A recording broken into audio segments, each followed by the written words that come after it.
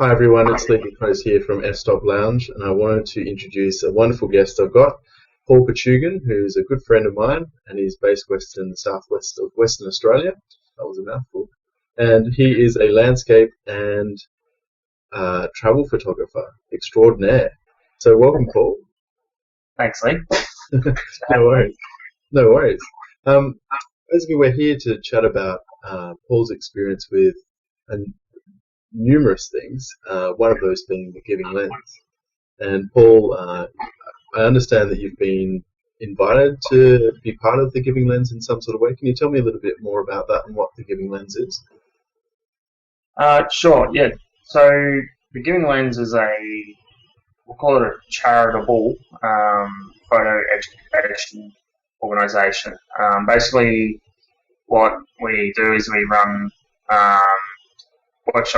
photography workshops in awesome locations like Angkor Wat in Cambodia, Petra in Jordan, Machu Picchu in Peru, and just amazing locations. But we take the concept of a workshop and we then partner with a local NGO, non-government organisation, usually youth development or women's Refuge, rights. something like that. Empowering women to start businesses and what have you. In countries that are less developed and need some help. So that's what the organisation does. I travelled to Jordan with them last year. Yes. As a participant, I went and learned from Michael Bonacore and Kate, who were amazing, and I got talking to Colby, who started an organisation, and they said, "Oh, we'd like you to be a workshop leader / instructor for us." Wow. And so I led my first team with Peyton Hale to Cambodia just a few weeks ago. So, wow. And what was that experience like for you, being a travel and landscape photographer yourself, going to a place that you've already been before? How did you sort of engage with the local people and also the other photographers, and what was your experience with them? So it's a bit of a different experience going there as part of a team. Previously, I've travelled as a volunteer in a different capacity or just by myself. So when you're part of a team or even leading a team, it's a little different. You don't quite get as many, I think, interactions as you might do if you just wander off by yourself. That said, we keep the teams small. Maximum number is 10. And so we then also engage local guides and businesses who can actually help us have more authentic experiences rather than the usual tourist traps. Obviously, in these places, you're wanting to get the iconic photos of, Angkor Wat and the sunrise there, which is bizarre because there's like 5,000 people wanting to get the same photo. Yeah. And I'm not exaggerating. There was literally 5,000 people there. All wanting to get the same photo, and so you kind of go from the authentic village experience to let's go to the tourist trap thing. Right. You get a broad range of experiences, so it presents its own challenges, but it's deeply rewarding working with the NGOs. We worked with they don't work with orphans as such, they work with street kids. So in Cambodia, a lot of kids are sent out to work rather than to school because they're a very poor country. And so kids can often make a decent income for the families by begging for money from tourists or selling stuff to tourists.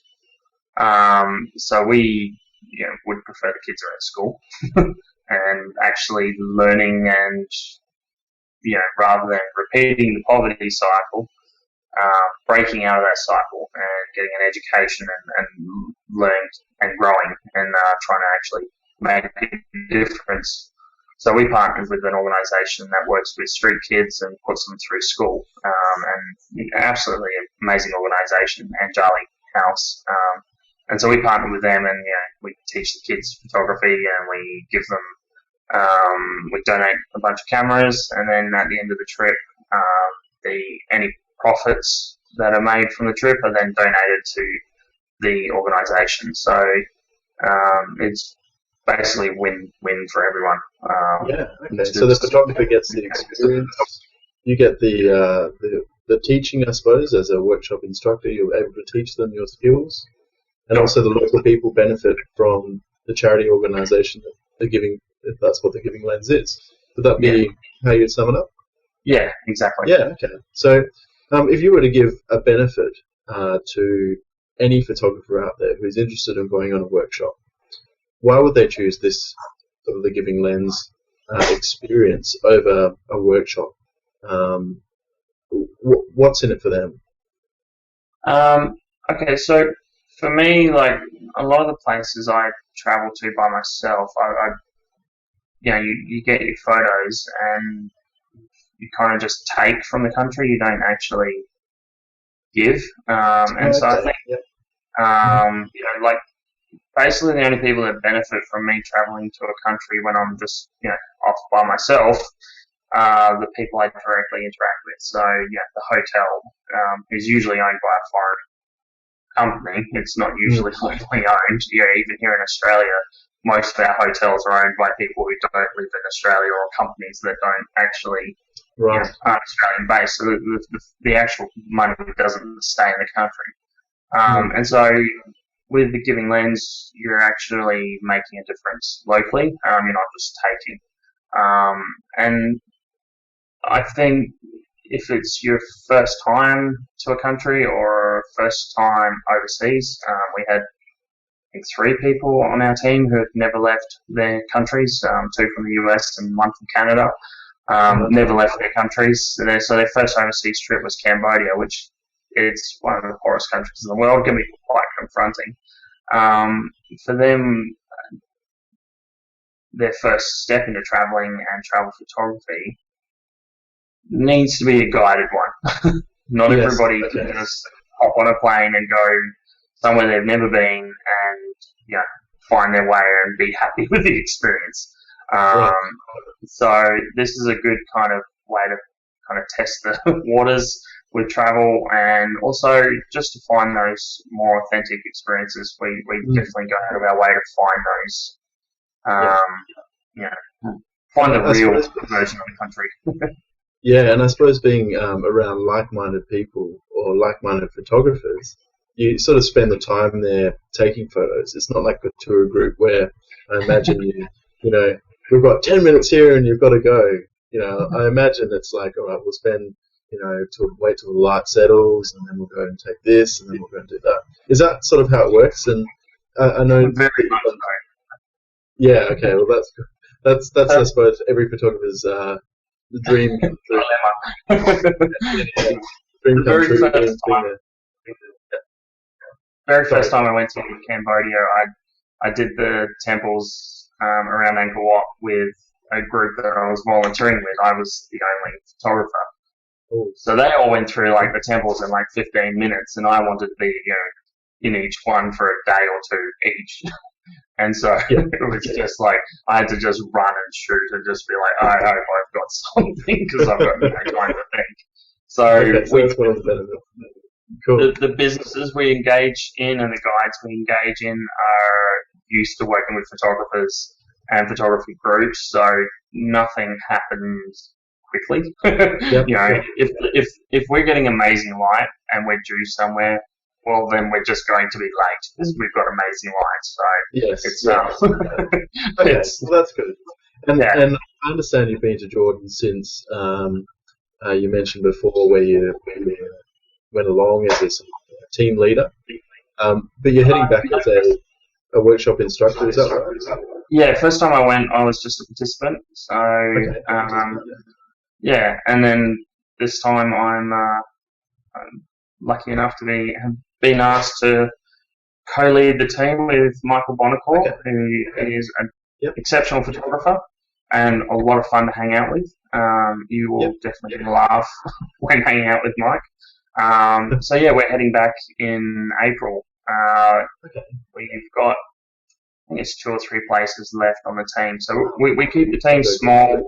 There's an application process, not because we want to turn anyone away, but if someone is better suited to go to a different country or in a different team, then we're going to guide them that way. We want everyone to have a really good experience with.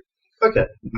Not keen on people turning up and then just hating it. So there is an application process and an interview, and we just try and get a feel for who you are, and that's a great idea. It's and that way the whole team gets a good experience. Yeah, and I'm interested to hear, Paul, when you do go traveling and you're just taking a suitcase and maybe a camera bag. What are the sort of things that you pack? I know you pack your phone because I've seen your Instagram account, and there's been some amazing photos being shared on the Instagram account. We'll get into that a little bit later in the interview. But first of all, just tell me what sort of gear do you take? At the moment, I've got I carry at least one digital SLR. Yes. I usually carry 4 lenses. So I've got a 70 to 200 and a 24 to 70. They're kind of the workhorses of the photography industry. Right. And I also carry a wide angle. So at the moment that's 16 to 35. And then I've started carrying a fisheye around just for a few different shots. I got some pretty cool shots in Dubai last year from the top of the world's tallest tower. The name slips my name, mine at the moment, Burj Khalifa, that's it, with the fisheye lens. And so, I've started carrying that as well. Okay. And then sharing your photos when you're out on the road. Okay, so at my Instagram account, I have a mix of photos that I've taken with my phone. They're then usually edited in Snapseed or something similar. I don't do a heap of editing on my phone shots, and then they're posted obviously directly to Instagram from there. I also obviously post a lot of shots from my professional gear, or my real camera as I call it. Although phone cameras are getting just amazing. I can do long exposures on my phone now, like 32 seconds. Like that is just bizarre.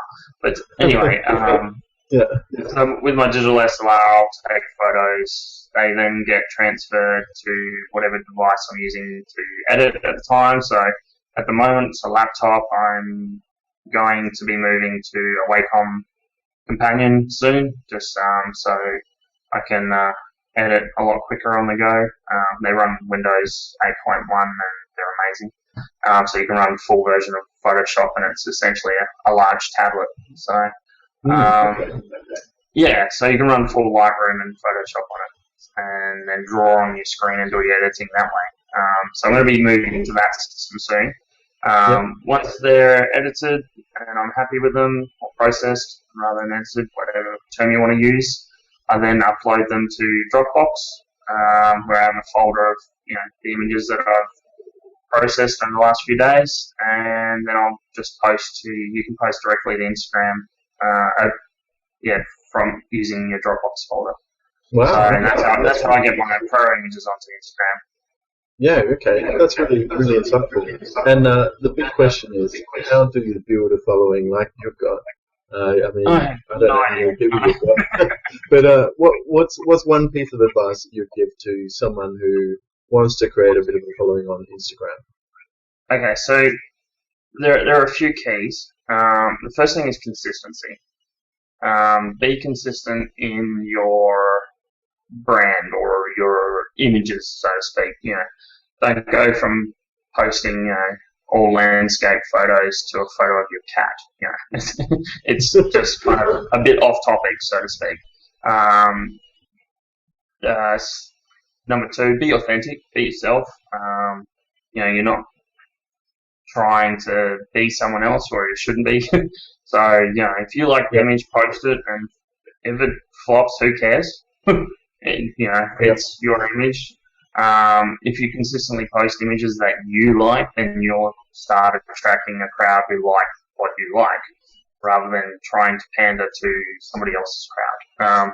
And then my other tip is tag and connect with bigger accounts, not with individuals. So I get people who tag me in their photos, and it's just some random photo, and I'll immediately untag myself because I don't repost other people's photos, and I really don't care what they've posted. To be honest, I don't have time to look at everything. Right. So there's a few key accounts like beautiful destinations, best vacations. The tourism accounts and things like that. Yeah, they're major accounts with like literally millions of followers, and so they repost other people's photos very, very regularly. And so if you use their hashtags and tag them, and if they like your photo, they'll repost it, and you'll pick up a couple hundred followers straight away. So, but they, the big accounts, they're very selective on what they post because they've got to stay on brand and within their niche. They can't. They're not going to post a photo of your cat. It'd have to be the world's best cat photo for them to post it. It's got to be playing two for them as well. And it's surf. It's like so. It's got to be fitting within their brands. So I've had a lot of success with the big accounts sharing my photos in Tourism Australia and Queensland and Flight Centre and quite a few other companies that I've worked with, and Tourism Dubai posted some of mine, which was great. And cool. So that's helped me grow my audience. Yeah. Okay. So going back to the Jordan Giving Lens experience, where do people sign up for that? So we've got applications open for Jordan and Peru at the moment. Yes. So, and they're both on thegivingLens.com under workshops. Okay. So if you click on the workshops, you can put in your application. Great. Okay. And I encourage you guys to all go out and do it. It's certainly a really good life experience, I suppose. It's not just that you're there seeing the people and helping them out. You're actually making lifelong friends with the other photographers going on the trip as well, I imagine. So, absolutely. Be sure to go to the website and check it out. And also, I encourage you to check out Paul's site, and you can go and see Paul's work at paulmp.com. That's M for Matthew, P for Paul. So, that'll get you to the site. Yeah, excellent. Well, thanks very much for joining me today, Paul. Yeah, Pichugin. Pichugin. I always remember it. But thanks very much for joining me today, Paul, and I wish you all the best in your Jordan trip, and I'm sure you'll see many new photographers' faces over there, and I hope you enjoy the rest of the year. Thanks, mate. No worries.